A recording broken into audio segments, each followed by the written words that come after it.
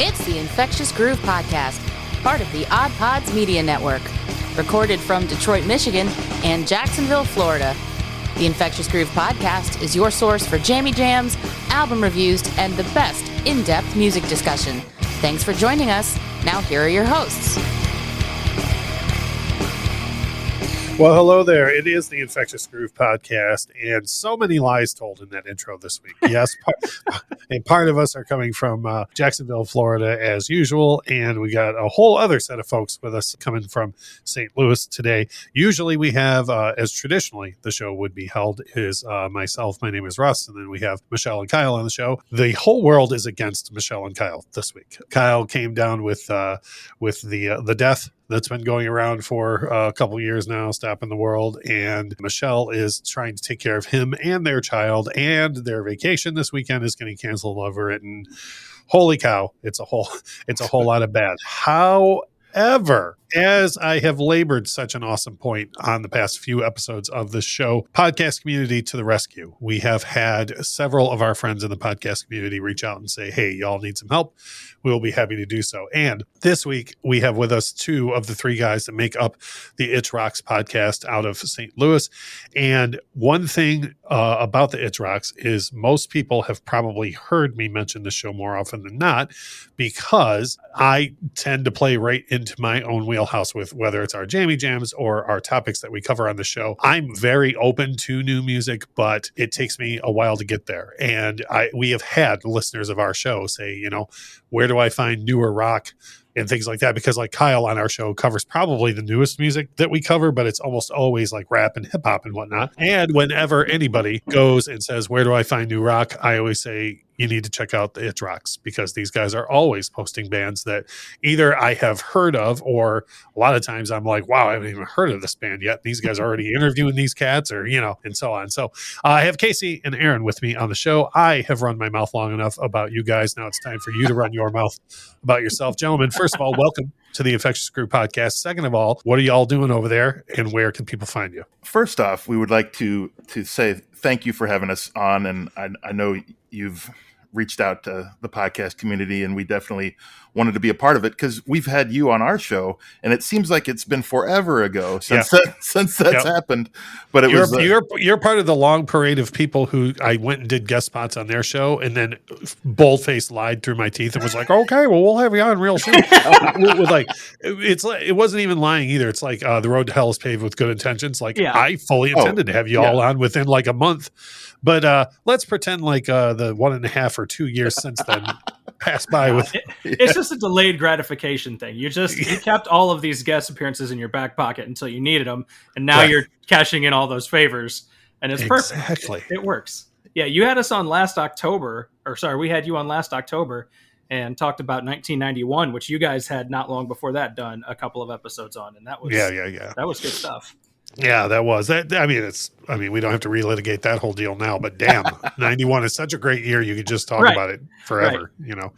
It's like I went on your guys' show and talked about it extensively, and our own episode on it was 2 parts, and we didn't even really cover much of the same stuff. That's what a gargantuan year it was.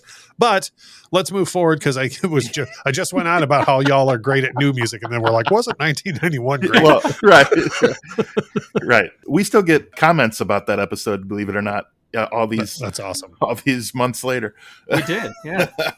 So I got to make a couple of notes. For one, I'm glad that although a lot of things seem to be working against the show and whatnot right now, I'm glad we can at least still keep your tradition of having 3 people tonight. Yeah. I'm excited about that. And then for 2, is this the first episode you've ever done without either of your co-hosts? So kind of. This is the first episode like this. I've done several one-offs myself where one of the artists that we're going to cover in the second half of the show, Michael Jackson, I'm very much an activist about Michael Jackson and his legal troubles. And so I've done one-off episodes about that. And then when there were certain social issues that came up, you guys have been in the podcast game long enough to remember when they did the blackout and that type of stuff. So I've always handled those type of things, because if you're going to make a serious social statement, you don't need 3 people on here being like, oh, you goof, and then trying to be funny while you're saying it, so but this is absolutely the very first time it's been just me steering the ship with actual real people So let's see how this goes. It could end up like the Titanic. Who knows? We love being part of first. Like every time we interview somebody else or have a different guest, we're looking for the angle of like what makes this different than any other episode we've ever done. So we're excited to be part of that. Yep, there you go. To explain to your listeners a little bit about what we do, we have been a college radio station up until the pandemic started for about 16 years. Then COVID shut everything down. So we got in the podcast game. And so, because we missed doing the radio show every Sunday. So we just started doing album reviews and kind of history segments. And then that transitioned to reaching out to artists and being able to interview them. So we've been doing a lot of interviews recently. And awesome. We tried to do our best to be entertaining for both the people that we're interviewing and for the listeners. Yeah, you know this as an interviewer and a person who's listened to a lot of interviews with artists. They don't want to hear, the Chris Farley style. Do you remember The Wall? That was awesome. Like they'd rather have like a real conversation with a real person, Yep. and people who appreciate music and not the same questions that they get over and over. And what's cool too about you guys talking to new bands outside of it being cool that you expose music fans to rock and new rock that's out there. Outside of that, you're probably getting some of these people before they've heard the same question 500 times, yep. And they're a little more fresh and at the game. And then two, you're not getting the canned response either out of some folks. We haven't done an interview on this show in a long time, but back when we regularly did interviews, I quickly was able to discern between what is before you even get 3 words into the sentence, like what the answer is going to be to something, and you're like, oh, this isn't fun for me or you, We've actually we just started asking people, this is inside information. We just started asking people before we officially start recording an interview, is there anything you just don't want to talk about? Yeah. Not because it's like personal or private per se, but just like you've talked about it for years or, you're just done with the topic. Yep. So we'll just avoid it if there's something that they're not interested in. It's funny. I swear this didn't start out as a self-plug, but when I interviewed Steve Gorman from the Black Crowes, because I'm such a huge Black Crowes fan, as soon as I got him on the phone, I was like, don't worry, I'm not going to bring up Chris and Rich. Like, we're not, I'm not that guy. Like, I'm a huge fan of the band. There's so much more to talk about than Chris and Rich. And he was like, oh, no, I'm going to bring up Chris and Rich. I was like, okay. And if you go back and listen to that interview, you will hear me like actively trying to avoid it. And he keeps steering it back to be like, no, let me tell you who's a piece of crap. And I'm like, all right. He's like, I'm looking for anywhere that's what got our show exposure was we didn't even promote it too many places, and Blabbermouth picked that interview up on one of his I hate Chris and Rich sentences that I wasn't even pushing for, and I was like great, now I'm part of the tabloid media on total. I was gonna say yeah like the guy railing against tabloid media. Now I'm like, oh, let me get a quote out of Steve Gorman here. In any case, we know this, that folks wanting to listen to y'all can stop what they're doing on this whatever platform they're listening to on, look for the Itch Rocks. Where else can they go? Y'all have a website and everything for people to check out. itchrocks.com, and that phrase Itch Rocks is our handle everywhere: Twitter, Facebook, Instagram. It's our Gmail. So we are very universally consistent. Right on. That's real smart. I don't want to name names, but some podcasts, maybe like the one you're guesting on right now, have different handles on every social media because they weren't thinking that way when they started theirs.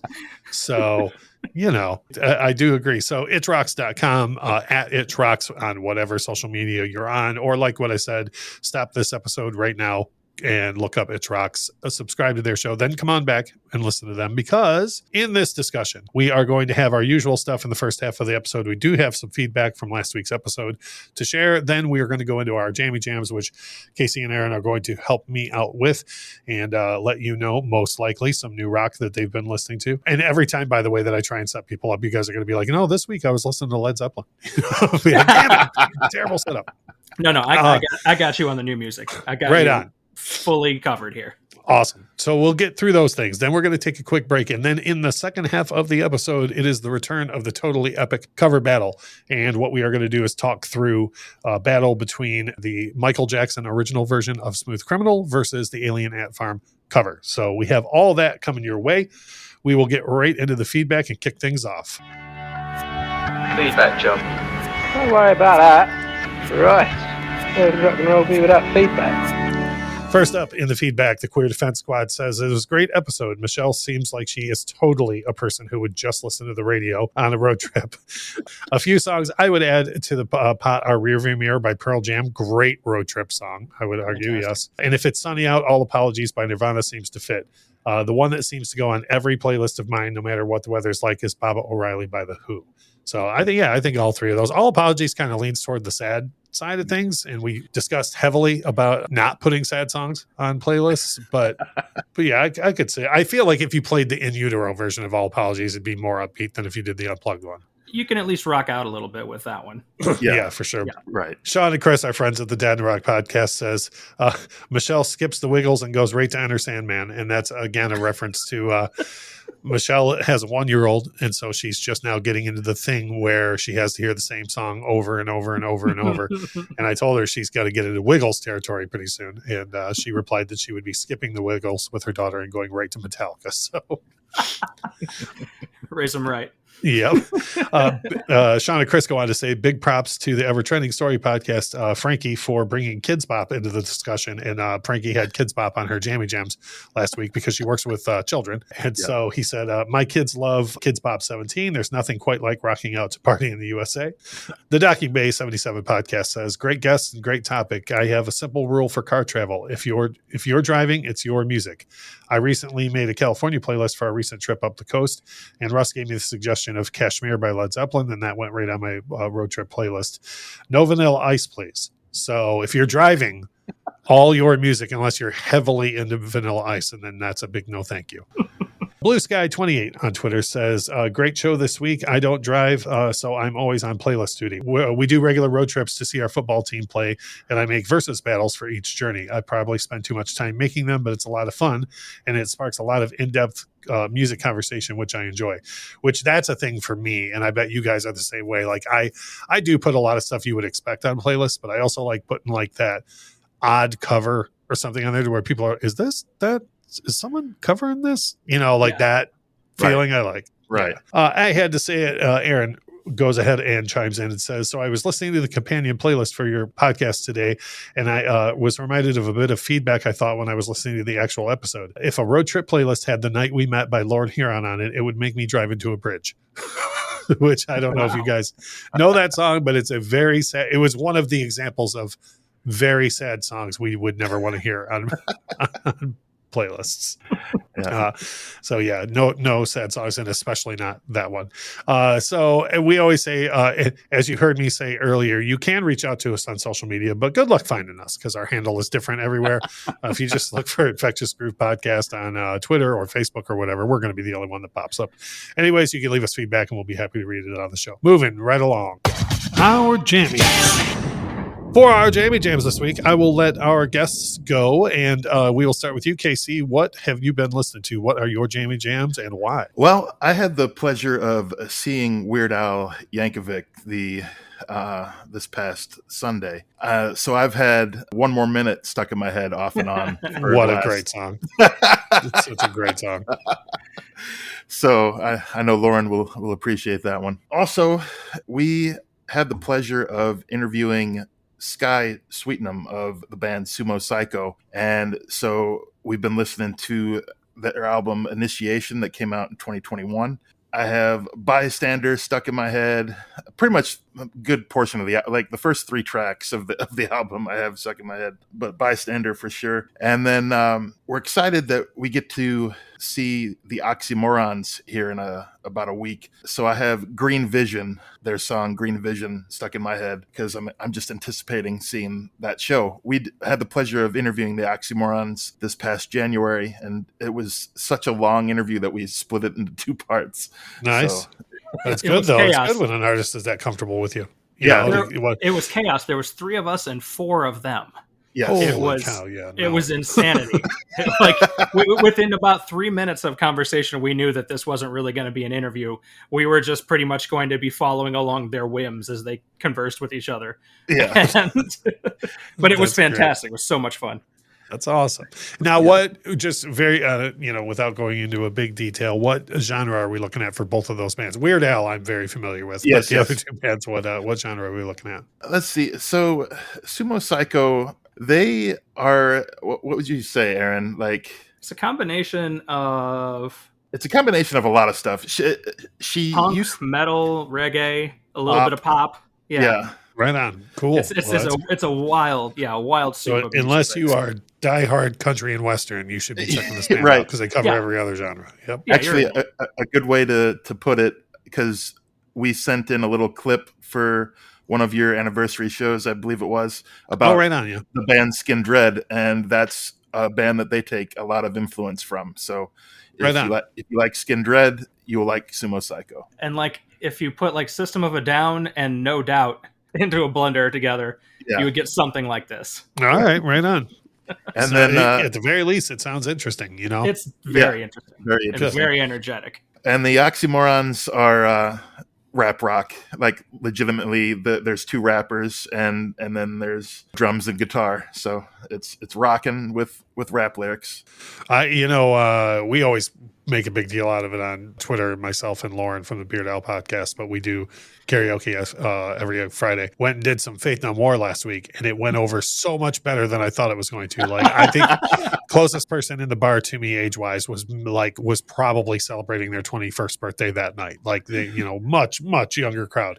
And I was like, these people are going to be like, why is that old man like not singing right? And like these kids like knew the chorus to Epic. I couldn't believe it. I was Nice. So going over to you, Aaron, what are your Jamie Jams? I've got a few. So one of my jobs within the show, my Self-appointed jobs within the show is to be the guy that picks the new songs that go on our new music playlist. Right on. Cool. And so all four of my tracks, my Jammy Jams this week, are brand new songs that we just added this past week. Right.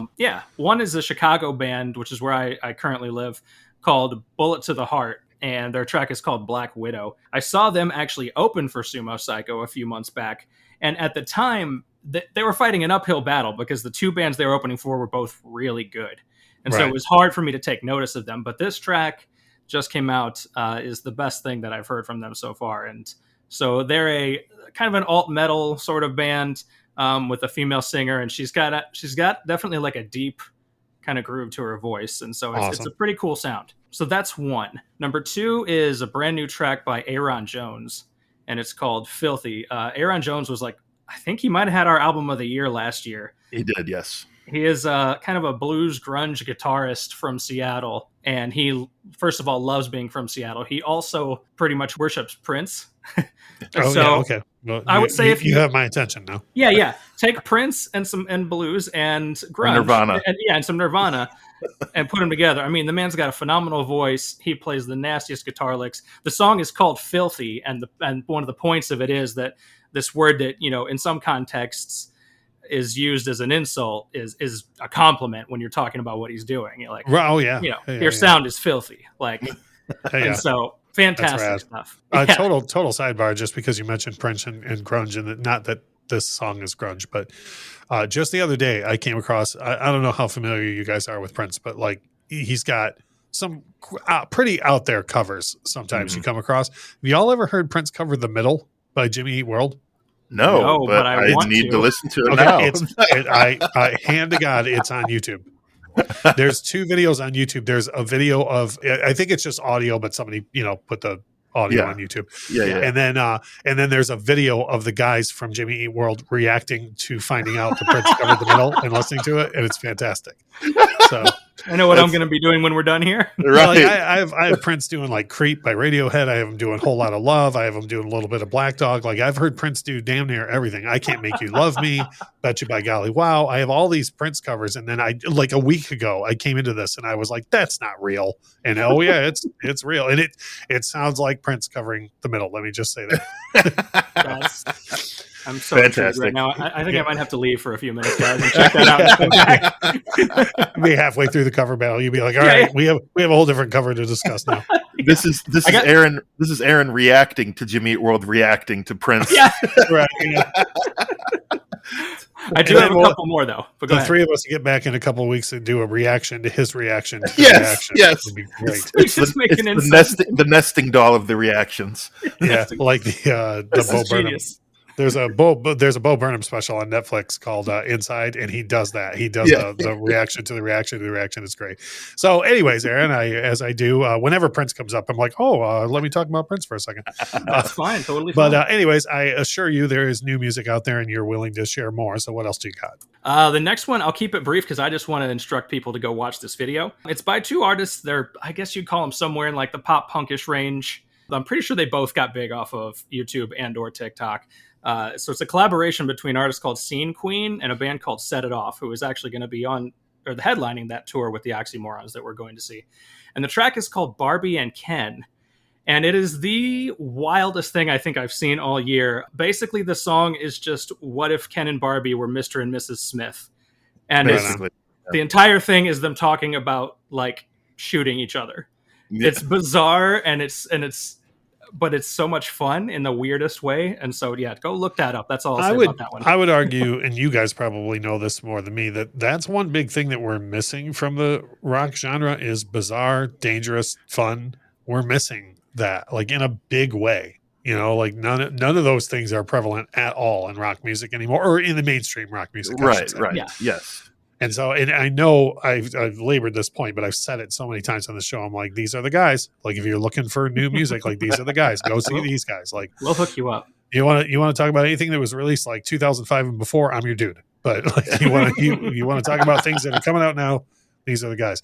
You got more for us before we move on? One more. It's just a transition here. So when you first sent out the siren signal to get some assistance, some guests on this show. Mm-hmm. One of the episodes you mentioned was the cover battle between Disturbed and Genesis, which I listened to the other day. And so I don't know if you know this, but one of Phil Collins' sons, Nick, has been a drummer for Genesis for a while, and also now is part of a brand new band called Better Strangers. Oh, really? They have two tracks out so far. And the brand new one's called Nicotine Dreams. It's hard for me to describe what it sounds like. I want to say it's a little alt-rock, like Radiohead-ish. Like, they tend to be a little bit longer. They're definitely rock tracks, but they're not just like a riff and they're in and out.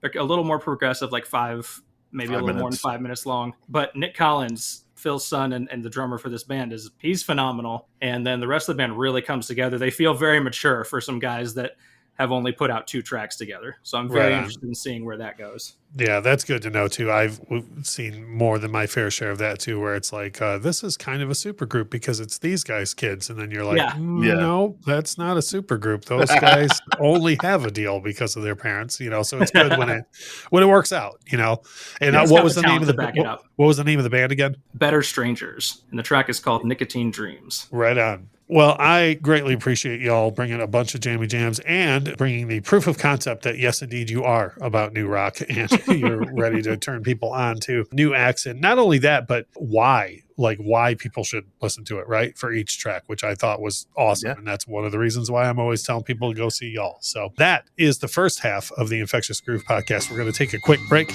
When we come back, what we are going to do is get into one of our totally epic cover battles. And I feel like this is a pretty epic one. This is going to be the King of Pop, Michael Jackson versus Alien Ant Farm, and the battle over the song Smooth Criminal. You're listening to the Infectious Groove Podcast and the Odd Pods Media Network.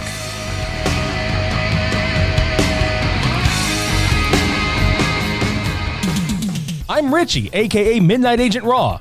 I'm Devin, a.k.a. Special Delivery Dev. We're the Super Media Bros Podcast. And each week, we give a comedically informative take on movies, music, television, pro wrestling, and much more. Check us out at supermediabrospodcast.com, Apple Podcasts, Spotify, or anywhere else that you can listen to podcasts. Shades on. We're off.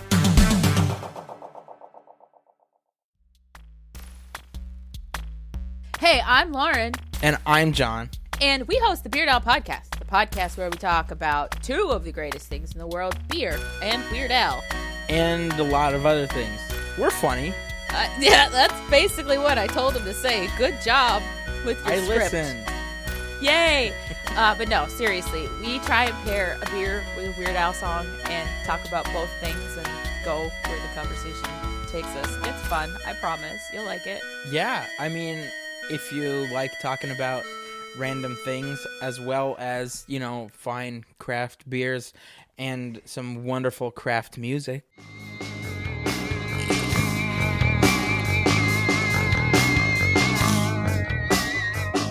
We are back. It's Russ from the Infectious Groove Podcast, but I'm not alone. There's still three of us, but it's not the usual three. Kyle and Michelle are off tending to the ruckus that is going on in their household right now. And so sitting in with us from the Itch Rocks are Casey and Aaron, and they are helping me out with this episode, helping you out with new rock all the time. And again, at the end of the episode, I'll give you guys one more time to tell everybody the easy way for the people to find you, which so the opposite of how you can find my show. So you find it super easy to go and find y'all. So what they are going to help me discuss in the second half of this episode is another one of our totally epic cover battles. And as we do on this show, we try hard to keep everything positive. So when we do these cover battles, we never try and say, oh, these people should have never covered this and it's awful and, you know, and whatever. And this is clearly better. We try and discuss a little bit of what we like about both versions. Actually, the only time that we came into an issue with that was with the Genesis and Disturbed episode, where Michelle said that she didn't like either version and was struggling to find something nice. But I feel like with this particular grouping here, Michael Jackson versus Alien Ant Farm, there will be no shortage of positive things to say about both tracks. So the song in question that we are talking about is Smooth Criminal. I'm going to run down some facts that I pulled off the web regarding both of these songs, and then we will get into the discussion. As far as the original version of Smooth Criminal goes, it is, of course, from the 1987 album Bad. It was the 7th single off the record and the 6th top 10 single from the album. The short film itself remains stunning to this day. It introduced us to yet another groundbreaking move from Michael Jackson, which was the lean. Like, you can just say the lean as far as dance goes. And number one, everyone will tell you they can't do it. And two, they know what it is. You know, that came from this short film. Rolling Stone wrote about the song when it came out and said, this is Michael Jackson's best blend of R&B and groove and the rock edginess that he can bring to some songs. It's a turning to shift toward the darker, harder edged material, which he did some more of that on Bad and continued to do on other records, but this was kind of the start of it.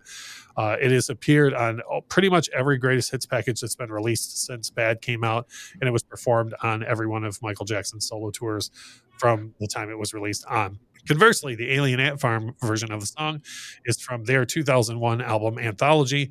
It was the second single off the record, and I read that it came about because the band would kind of like play riffs from the song, like in between songs, and then people were like, yeah, but you should keep doing that song, though. Yep. Do more of that song. So the audience wanted to hear the rest of it. This one actually went to number 1 in the U.S. on the modern rock charts. Now, I would say that their video for the song is not in any way, shape, or form as iconic as the original, which it would be hard to, but it's still, it's a video people know, though. Like, it's popular in its own right. You know, like, I mean, it's, no one would ever say like, oh, they came close, they almost made a better video, you know, but like people know the video, though. I would say is, if you know the cover of the song, I would argue you know the video of it, right? Right. I will say that I've seen recently in the past couple of months a lot of like internet memes and stuff that use that video, the Alien Ant Farm version, as like a, you know, remember these simpler times in 2001? Yeah. And like how fun things were then. And so it seems to have its own reputation for that kind of thing. Yeah, I totally agree. I haven't even seen any of those memes. You know how like when you buy a new car, you see everybody else driving the same car you have? Yeah. I feel like starting tomorrow, every meme I see, I'm going to be like, it's the Alien Ant Farm meme. You know? Hopefully. Yep. I'd hate to be made a liar. So having said that, like I said earlier, we get into what we like about each version and why and so on. So I'll go first as far as the original, because I, believe it or not, I kind of have a hot take on this. When I first got the Bad LP, this was either my least favorite song on it or one of my least favorite songs on it, because the rest of the album is so loaded. Like The Way You Make Me Feel, Another Part of Me, Dirty Diana. I mean, Liberian, the crazy underrated song Liberian Girl, like the record is just loaded with stuff. And Smooth Criminal got the short end of the stick for me. Plus, with it being that late of a single, all the other short films that had come out always got my attention, and I would focus more on those songs, right? Right. But then when the video came out, it was hands down my favorite short film of the whole, anything that came out for that album. And because I watched the video over and over and over, the song, just through being repetitive, got stuck in my head and it quickly moved way up the ranks to one of my favorites on the album. And then here now today, like what if I ever listen back to the album, or if I'm listening to a hits package, or the song just comes on a playlist or whatever, the production is out of this world on that track. Like, I mean, it's just ridiculously good production. So, for me, I guess what it boils down to is the thing I like the most about the actual song is the production. It's ridiculous production.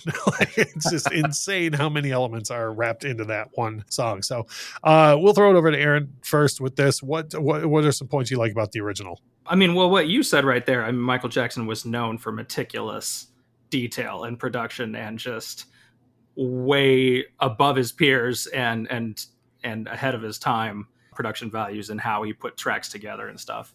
So I definitely appreciate that about this version. And the fact that one could release 7 singles off of any album and they all be successful is just mind-blowing. If you think about even the bigger albums today, you might get like 4 or something. Yeah. Unless you're like Taylor Swift or one of like the biggest stars in the world, then you might be able to pull this off. And the thing you notice too at that time, and this isn't even a Michael Jackson thing, you could say for anybody at that time, the records themselves were still selling and the singles were still selling. Right. Whereas now, like you said, like I think Katy Perry now holds the record for like most number ones off of one album or something. I think I'm right on that. Yeah, she either tied it or beat it. I can't remember. But I would beat it. Good one. But I would argue that, like, I bet if you look up the sales for that record, they're staggeringly low. Right. Yeah. And that's a great point. Yeah, and at that time, like, okay, let me take it completely out of Michael Jackson. Hysteria by Def Leppard. Like, all those number one singles and the record itself. This is an exact number because I'm not looking at it right now, but I want to say it sold a gajillion copies. Like, I think I'm right on that, that it's an exactly one gajillion. Yeah. And then they had, like, again, 5 or 6 number ones off of it too, So you're speaking of something really important, which I think is just the passing of time and how valuable albums were as a start to finish thing. Whereas now there are still bands that really value that art, but in terms of just the music industry, it's not that critical for an artist to have 10, 12 tracks that are all, bangers on an album. You can get away with filler. Right. You don't have to be Pink Floyd or somebody setting out to make a concept album to make a record that's a cohesive piece. You know what I mean? That's all in the same vein. And I think that's completely lost. Just recently, we had a listener, I think I read it in last week's feedback or maybe the week before, but we had a listener say about our show that the biggest takeaway they've had from our show is that they went back to appreciating the album format. Like, they now make sure that Spotify isn't on shuffle. Like, they want to listen to the record in the way that it was meant to be listened to. And, like, I take that as a huge compliment. People want to listen to music the way it was meant to be heard, Right. We love that. Yeah. So, Casey, what else? What do you got? What do you like about this track? I like the crazy synth sounds throughout the song because it's peak 80s. Like, everything about the song screams 80s. And that's what it is. The gunshots as the drum beat is great. The breakdown, I actually love that in both songs, but the breakdown is fantastic. And the fact that they created a full motion picture as the centerpiece around this song. Yeah, that's the visual. It's weird because I knew this would happen with some covers, and not even Michael Jackson focused, but I knew this would happen where, even like for example, when we covered 9 Inch Nails versus Johnny Cash, you can't talk about Johnny Cash's cover without talking about that tear-inducing video that he made for it. You know what I mean? Yep. And with this, the short film for Smooth Criminal, it's a whole work of art on its own. That makes Michael Jackson hard to beat in almost any battle you might find him in. Right. His ability to put those films, and he really valued the art of the music video. So yeah, for sure. And one thing that I want to mention on this production, and if listeners or if you guys haven't heard this yet, there are floating out there on the internet the original master tracks for this song. And I don't have the folder in front of me right now, but it's like something like 43 tracks or something along those lines. Yeah. And you can just throw it in Audacity or whatever you want and toy around with it, and you would not believe the stuff going on in this track. Like, you'd be stunned at how much of the percussion you're hearing on the track is an unaltered Michael Jackson's voice, like without any synthetics on it or anything. And then it's like everything else is just there to assist what he can do naturally, you know? Yeah. So I believe that we've fawned over the original long enough. We can move on. I mean, it really is. It's a dynamite track. It takes a song like this too, I think, to have somebody make a relevant cover of it so many years later, right? Right. Like you can't just, it's like even with the Disturbed thing that we did, like unfortunately the main theme of the song Land of Confusion was still so relevant that Disturbed was like, well, let's say this again and hope it sticks now. Yeah. Right. Right. So with the cover of Smooth Criminal, we'll go do this in reverse. We'll just start with you this time, Casey. So Alien Ant Farm's version of Smooth Criminal, what do you like about it? Well, as I mentioned with the MJ version, I love the over the top breakdown of the song. They just go completely nuts with it, and I kind of wanted Michael Jackson to like remake the song in a heavier version himself, and then Wouldn't that have been badass? That'd been awesome. But yeah, just all right, Mr. Mitchell, I'll top you on that one. But yeah, but similar to Michael Jackson with it being peak 80s, this was near the peak of the nu metal era. So it's just everything about it just screams nu metal. And so that if you like that type of music, I know your co-host, one of your co-hosts does not, but right. Yeah. But for those that do, I don't want to name her, but when has she ever mentioned that?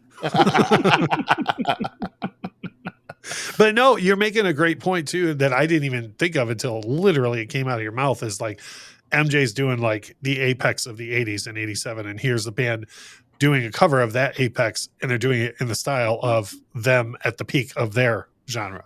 Right. That's true. Yeah, totally. Totally accurate. Yeah. Aaron, what are you liking about the cover? So a couple of main things. One, The Itch has gone on record as not really being fond of bands that get their big break covering other people's songs. Yeah. So that said, with this one, what I appreciate was the idea that doesn't seem to have ever been their original intention. It was more like this song became a hit without them pushing for it to happen. Right. Yeah. And so their first single off of that album was called Movies, which I thought was a great song. And then like we mentioned, they pretty much were encouraged by their fans to make a full recording of this track. And then it picked up radio play without actually being sent out as a single, and then just took off from there. And so that gives them a lot more credibility to me than some other bands who have done similar things. I also want to note, because Casey and I, we were in high school at the time of nu metal's peak, and it was, I mean, frankly, it remains a soft spot for us. Yeah. And one thing Alien Ant Farm had going for them, our friends from Patio Slave would call their band name a bandicap, meaning something that works against the band itself, for being called Alien Ant Farm. But these guys were on like the goofy end of nu metal. Like nu metal really took itself like overly seriously sometimes. Right. And it was full of this angst. And then you have this guy come out. They do this music video in a wrestling ring. He's got like this inverted, it's the opposite of a mohawk. He's got a strip shaved down the center of his head. Yeah. He's just, Dryden Mitchell is just a goofy dude. And these guys were clearly not taking themselves that seriously. Even, I mean, literally everything about it. And so they still had a similar sound to a lot of their peers, but their vibe felt different. And it was nice to hear something that was not taking itself that seriously. And on top of that, frankly, I just think that the track sounds good. Like it's a well done cover in that style. Right. Yeah. I literally my notes on this start out with everything. That's what I like about this is everything. Like, here's my thing.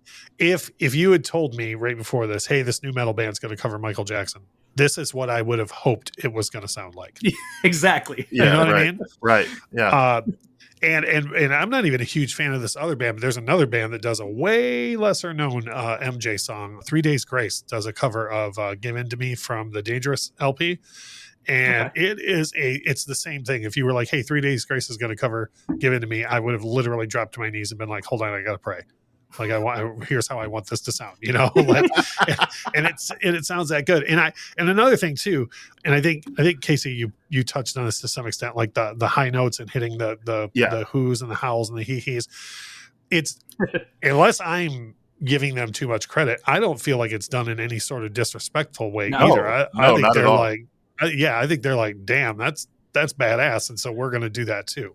Yeah, they seem clearly to be fans. Well, and you can tell in the video, they reference like almost every Michael Jackson video in their one video, like just as paying homage to him. So yeah, it's a very fun homage. Yeah, and also I don't want to let you had a huge, really good point, Aaron, about bands that, and I try so hard not to just name people and be like, well, these people did it, but I guess we can just say this: we know the names of people who make their entire career on covering other bands, or that's at the very least that's how they get their breakout, right?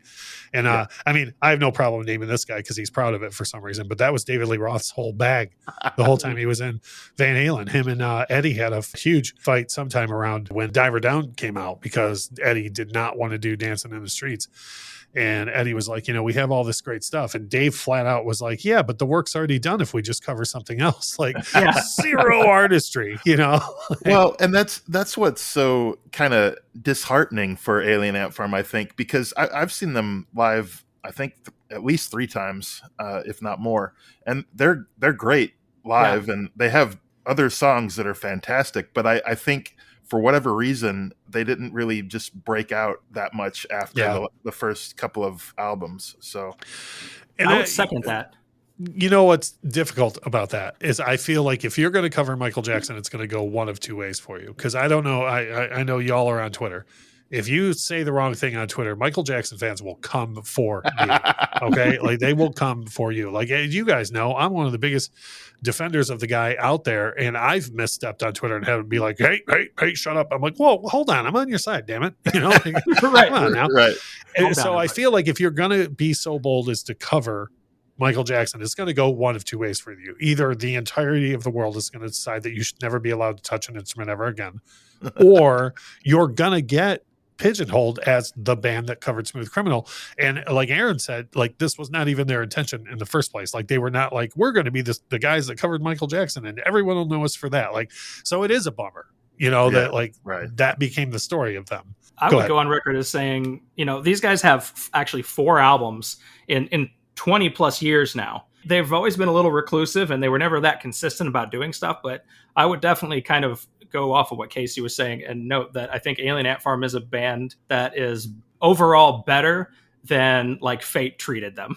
Like they're pretty much, they'll be forever remembered for this cover, and that's something that they can wear proudly. Yeah. But beyond that, it's like that almost did them in at the same time. Yeah, right. So. Yeah, I mean, it's like, depending on what generation you're from, we referenced Weird Al earlier in the episode, and for all that guy's done, in many circles, he's still the Eat It guy because he covered MJ, which is ridiculous, like, and so, so I feel like, and I would also say that now are they, this is my old person moment here, but are they still out touring Alien Ant Farm? Because I haven't seen them come through in a while, if so. I'll call them semi-active. Like they do shows now and then. They haven't had an album since like 2014 or something. Something like that, yeah. They are doing a small tour here shortly with Hoobastank, Lit, and the guy from the Ataris, I think it was. Yes. So it's a whole bunch of artists that's like also hit a peak around the time they did. It's and a bunch of people waiting for Smooth Criminal and the Boys of Summer. Right. Yeah. Exactly that. Yeah. Yeah. And then at some point, soccer moms all across the arena will put up their beer and go, I remember this song during at least one point in other people's sets. Yeah. As soon as the reason starts, soccer moms all over will put up their beers. And be like, I totally remember this song. That's exactly how that. This is why I have my daughter. I am miserable. There's a lot that people can relate to on that tour. I would totally see that tour if they were coming to me now. Yeah. All right, gentlemen. So let's get through to the last 2 questions that we ask in this. And one of them is the big one. It's the one we go to first is which one's your favorite and why? I'll go ahead and take it. And this probably won't come as a surprise, but I would pick the original on this. But the reason why I would pick the original as my favorite is not just because it's Michael Jackson or whatever. The original is so original. It's so different than anything and even it's different than everything else on Bad. Like it's just a totally original concept, and it just sticks out to me as something nobody else would ever come up. And I don't I say that with zero disrespect toward the cover. I like the cover a great deal. I don't have any issue with anything to do with it. The original is just so original. It's just such a, it's not something I think anybody else could do. And even, how the first one that always comes to my mind is Everclear's cover of Brown Eyed Girl. If you've ever heard that, it's such a different take on the original, right? And some people love when people do that and some people don't. I feel like there is not one way on earth you could cover this song other than doing damn near the exact same song. And I feel like that speaks to the originality of it. You know what I mean? Right. Aaron, what do you got here between the original and the cover? It's tough. We've made so many good points about them both. Right. And the original... So there's one major thought that comes to mind. Two major thoughts. The first one is one of these songs meant a lot more to the artist's career than the other one did. And that's not a slam on this song for Michael Jackson's career, but he would have done just fine without it. Seventh single released from an album. And he would have found somewhere else to debut the lean if he didn't have this song. Right. Yeah. I'm glad it's there, but he didn't need it. You know what I mean? Yeah. Whereas Alien Ant Farm, this made them a thing. So that feels important to me. If you gave me like some super high tech headphones, I might choose the original just to hear all the nuance in there. Right. But if you just put, Spotify in front of me and say, which one are you clicking to play first? I'm probably going with Alien Ant Farm. It's just too much fun. Yeah. And that's not lost on me either. That point is something, the MJ version is serious. Yeah. And it gets more so in the video, like with gunfire and whatnot. Right. Video, he's an intense dude sometimes. Yeah. Yeah. And I totally agree with that. There's a whole fun aspect to the song that was unearthed by Alien Ant Farm in the way that they did it. Totally. KC, it's on you. Apparently this will be a tiebreaker here, so no pressure. Sounds like it. Yeah, right. And just remember what I said about the Michael Jackson fans coming for you. No, so no, I got you. No, this it is tough because as a rock show and a huge rock fan as I am, it's close. But as a child of the '80s, I watched Moonwalker a lot as a 4, 5, 6-year-old kid. So I gotta stick with the original because it's just too good. Yeah, and I normally, I guess if it was Michelle here, I would argue you can't count the video, but this song is so hard to separate from the video that the visual aspect is that almost put it over the top for the original for me. But you guys both made a lot of good points about the Alien Ant Farm video as well. They didn't slouch on that. That's a great video. Yeah. So the last question that we ask, and I feel like this one, we all have our picks for which one we prefer overall or which one we would pick and why. But which one would you recommend? And I feel like this is, can be a little bit more of a nuanced thing sometimes. Like, for example, if the original is way outdated, and you're like, well, I'll just tell people to listen to the cover because it's, it's going to sound just as good or whatever. And even though this song, the original, is very, very rooted in 80s production and whatnot, there's something about it that doesn't sound dated to me. Like the production still, I'm okay with. Yeah. So for me, if anybody was to be like, hey, put on Smooth Criminal, I would tell them just to play the original because, I don't think a listener is going to gain anything out of listening to the cover that they wouldn't from the original, if that makes sense. Yeah. Right? Yeah, it does. Yeah. Yeah. I was going to go to you next anyways, Casey. So is that the same vein? Yeah. It's just so hard to top MJ musically. It's just, he's the king of pop for a reason. And not according to Rolling Stone. That's a whole other thing I'm not even in. Spin-off episode. Right. Yeah. But I just it's hard to top the original. As good as Alien Ant Farm did on it, I would still tell people to, if they haven't heard either, I would tell them to hear MJ's version first. Right on. Yeah, me as well. Aaron, why are we wrong? You're not. No, I'm just kidding. Well, you mentioned Hurt earlier, and I think of a song like that, and I could go either way on Johnny Cash versus Nine Inch Nails because I think that the way they present that song feels like two entirely different songs almost. Absolutely. Yeah, what you just mentioned, you're probably not going to gain anything from listening to Alien Ant Farm that you wouldn't from Michael, I think is valid here. And so I would recommend people to listen to both, but if you're going to start with one, I feel like this is definitely a track where you go with the original first, because I think it's going to make more sense, especially if you are, maybe just taking a first dive into Michael Jackson, then I think you want to start there, and that will make a lot more sense of the Alien Ant Farm track later on. Yeah, that's for sure. You'd be like, what are these guys thinking? What are they even singing about? Asking if she's okay. And that is, and I'll tell you, that's one thing, to go back to a point that I made earlier about like my overall thoughts on the original, is the bad album is loaded with great lyrics. Right. Mm-hmm. Except for Smooth Criminal, which he just kind of says like the same thing over and over and over. It's to me, the song was meant, it was a vehicle for the video. You know what I mean? Like he's like, I'm going to tell you this story visually anyways. You know what I mean? And how do you write a song that has lyrics that are basically about a CPR dummy and then make a whole movie out of a completely different topic? Yeah. Well, you have to start. See, here's how you do it. You start by being more creative than nearly any other human being ever. Right. Yeah. So that's your starting point. Then you move on from there. Yeah. Valid and then just have Joe Pesci be a bad guy. It's all good. Yeah. Can I make one more quick note about Alien Ant Farm? Yeah, go right ahead. It's funny. I'm glad that we ended up getting this episode, because I don't know exactly why, but somewhere back in April, I had saved a tweet that I found that I thought was pretty great. Right on. Somebody had asked, what's your favorite cover song that's not Johnny Cash's Hurt or Aretha Franklin's Respect? A handful more.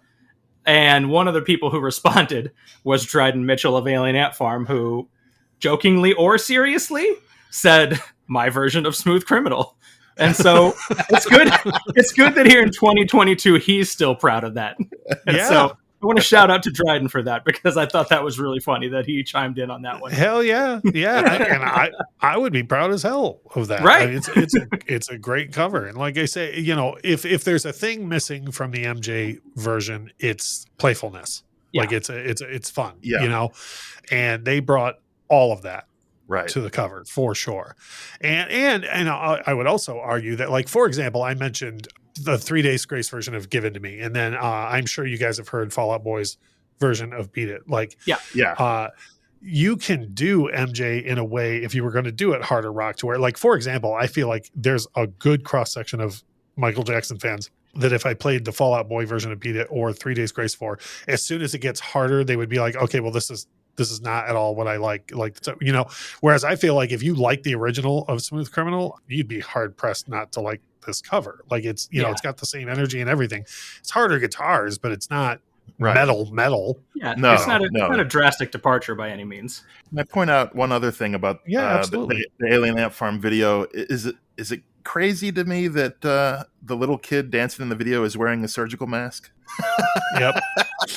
My favorite meme, and you wouldn't think you could say that phrase, but my favorite meme about the pandemic, during the pandemic, was a meme that was just a typical picture you would see of MJ from like 91, 92, 93.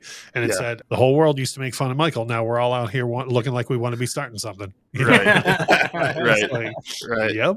So, gentlemen, this has been a fantastic discussion. And I was really, really glad. There were so many points I thought brought up between all three of us that, like, the listeners can't see this, but I saw on both of your faces, like, I didn't think about that. And I know you saw that for me, like, holy crap, I never thought about that before. And that's part of what we want to do here. And if you notice, I want to be clear, y'all don't do this on your show either. But if you notice, we didn't have to insult anybody. Like, we didn't have to say this is terrible or that's overrated. We had a great, fun, constructive music discussion. And I think that more of that needs to go on, which is why I direct people your way all the time. You guys are about, instead of doing a show, sitting around complaining about how there's new rock, y'all go out and find it. And you share it with everybody and you tell them what's great. You talk to the artists and everything. I'm kind of selling your show for you. So I'll shut up now and let y'all do that. So what are y'all doing on your show, and where is it people can find you? You do a better job of selling us than we do. So, like, if you just want to, we're going to have you record a commercial for us or something, because that's going to be my podcast grift. You see that on Twitter all the time. I'm going to be the guy. It's like, let me listen to one of your episodes and I'll record a commercial for you. We'll take it. Yeah. Well, also another thing that I forgot to mention earlier, we just wanted to say thanks for also joining us and sending a clip in for our Taylor Hawkins tribute episode that we played not too long ago. Because that was a lot of, as sad as the situation was, it was a lot of fun to do that episode and to have it turn out the way that it did. And your clip was one of the better clips that we right got. on, man. Yeah, I'll just come right out and say it. I said to Lauren when I saw you guys put up the bat signal for that, I was like, that's the only show I would contribute to, because I knew you guys would handle it the right way. And like you said, you're not going to do an hour and a half sitting there being upset about it, because he was a fun guy. And he's left us with a ton of great musical memories, but it is something that needs to be handled delicately. And as soon as I saw you guys throw that up, I was like, I literally said to Lauren, I was like, that's the only show I would even consider contributing to on this topic. We appreciate that. That means a lot to us. So that's very nice for you to say that I helped out with that, because that's still a hard thing for everybody to deal with. And you guys were the first ones that I saw take it head on, and you did it in a way that I thought was going to be really well done, and it was. Thank you. So again, you've cornered me into selling your show for you. I can give you a little rundown of some things we've got coming up that we're excited about. Yes, please do that. Yeah. So kind of most of our episodes are going to fall into one of about 3 categories. Yeah. It's either going to be an artist interview, a concert review, or we're going to be talking about some new albums. Right on. Most of the time. So we've got all of that coming up. I can't say any names, but we've been working towards a couple of different interviews with people that I would call genuine rock legends, which would be fantastic. And so I'm hoping we can at least get one of those confirmed soon. Yeah, heck yeah. We've definitely got some tours coming up. We might do a series on some recent rock films and documentaries soon. That's really fun. And then at the end of the year, because we are booking ourselves all the way towards the end of the year, we do what we call the Itch Awards and top 20 album countdown, where we just kind of spotlight a bunch of the best stuff that we heard this year. And as your listeners hear this episode tomorrow on our show, we will have an interview with Sky Sweetnam of Sumo Psycho. Sky's got a fascinating story. Yeah, she started as a pop star, basically, and transitioned into a rock star. Awesome. So she knows the industry inside and out, and she's an incredibly creative person. So that we're looking forward to putting that one out for people. That is rad. So if you're hearing this episode and you want to go find Itch Rocks, you can do one of 2 things. You can go to any social media and find @Itch Rocks, which is so much smarter than the way we did things. But if you found us, then you'll be able to find them easily. You can also use this podcast platform that you're listening to us on right now. As soon as this episode is over, look for Itch Rocks and subscribe to them. Or you can go right to itchrocks.com, correct? Yep. Correct. Right on. So that's a look into what they have coming up as well. And if you are a person who sits around and complains about how there is no new rock, first of all, you're wrong. Second of all, you should listen to these guys, because they will help you down that path. Coming up on our show next week, providing that the world is not out to get Michelle and Kyle, Michelle will return to the show, which is always fun in the first place. And for me, I've just got a devious feeling this whole time, because it is an album review episode. It is my pick for an album, and I won't spoil my choice at the end of this episode. I think Casey knows what my pick is going to be. And I will just say this. I've tried being nice about this. I have tried picking albums that I feel that Michelle will like. She never ends up liking them, so now the gloves are off. It's Californication, isn't it? No, I said an album I like. I'm just kidding. There's a twist. Yeah. Geez, that's how Michelle and I's relationship is, though, is that I would pick an album that I don't even like just to spite her. Just to spite each other. Yep. So there again, Aaron, Casey, and actually we didn't even mention y'all have a third guy on your show, Dan. He wasn't able to make it with us tonight, but if you like what Aaron and Casey are doing, you're probably going to like Dan as well. I just didn't want anybody to go over your show and be like, "Who the hell is Dan?" Our personalities, we feel, complement each other very well, and so Dan is an essential part of our show. Right on. Thank you, everybody, for checking out this episode. Like I say, you've heard me say before, go check out the Itch Rocks. Make sure to use our social media to let us know. If we do a poll on this, it's going to be completely soiled by the MJ fans. They're all going to come out of all corners of the earth. So I'm not going to do a poll. Just use the comments and let me know what you think about all of our thoughts on these 2 songs and which one is your favorite. And we can't wait to get into next week's episode, or at least I can't wait to get into next week's episode. It's going to be entertaining for my mind, body, and soul. Like we always say about this time, without music, life would be a mistake. Bye. The Infectious Groove Podcast is hosted by Russ Robinson, Kyle Wimple, and Michelle Koselecki. Produced and edited by Russ Robinson. Intro and outro music composed by Chris Kimmel. Recorded with a Rode Podcaster Pro and Rode Pod mic.